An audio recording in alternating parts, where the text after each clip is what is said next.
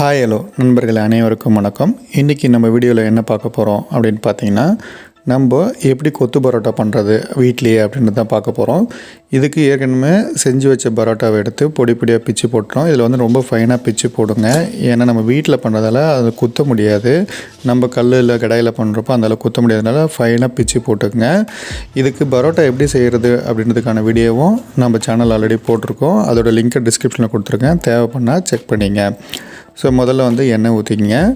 எண்ணெயில் வந்து கொஞ்சோண்டு கருவேப்பிலை போட்டுருங்க. கருவேப்பிலை போட்டதுக்கப்புறமா சோம்பு, கடுகு இது ரெண்டும் போடுங்க. சோம்பு எதுக்கு போடுறோன்னா, வீட்டில் பெரியவங்க சாப்பிட்டாலும் அவங்களுக்கு ஜீரணம் வந்து ப்ராப்பராக ஆகணுன்றதுக்காக போடுறோம்.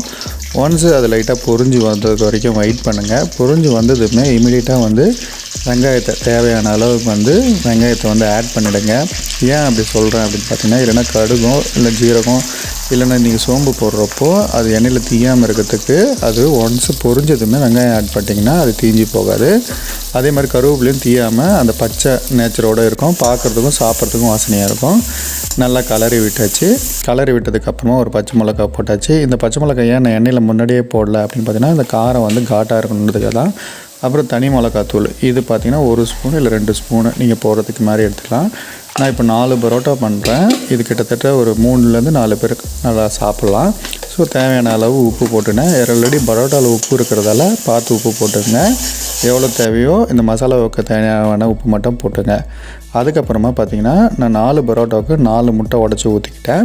சப்போஸ் நீங்கள் சிக்கன் போடணும் அப்படின்னு நினச்சிங்கன்னா, நீங்கள் சிக்கன் பீஸை வந்து ஃப்ரை பண்ணி இதில் போட்டுக்கலாம் குட்டி குட்டியாக.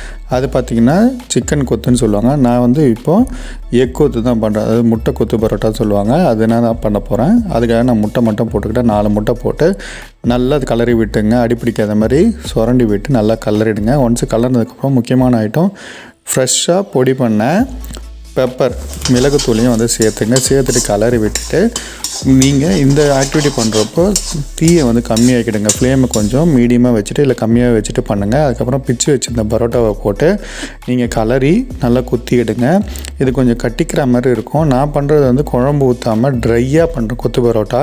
சப்போஸ் சிலருக்கு வந்து இதில் குழம்பு ஊற்றணும் அப்படின்னா நீங்கள் வேறு எதனா சால்னாவோ இல்லை காரக்குழம்பு மாதிரி என்ன இருந்தாவோ அதை போட்டு நீங்கள் போட்டுக்கலாம் வீட்டில்.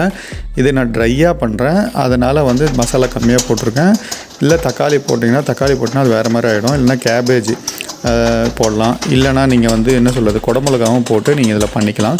இது உங்களுக்கு எப்படி வசதிப்படுதோ அது மாதிரி பண்ணிங்க. இது முடிஞ்சிடுச்சு. மேலே கொத்தமல்லி போட்டு நல்லா கலரி எடுத்துட்டேன். நீங்கள் பார்க்கும்போதே தெரியும், நல்லா உதிரியாக கடையில் கொடுக்குற மாதிரி அருமையாக இருந்தது. பார்க்குறதுக்கும் வாசனையாகவும் இருந்தது. சாப்பிட்றதுக்கும் ரொம்ப அருமையாகவே இருந்தது. இதை பார்க்கும்போதே தெரியும் இது நல்லபடியாக வந்திருக்கு அப்படின்னு.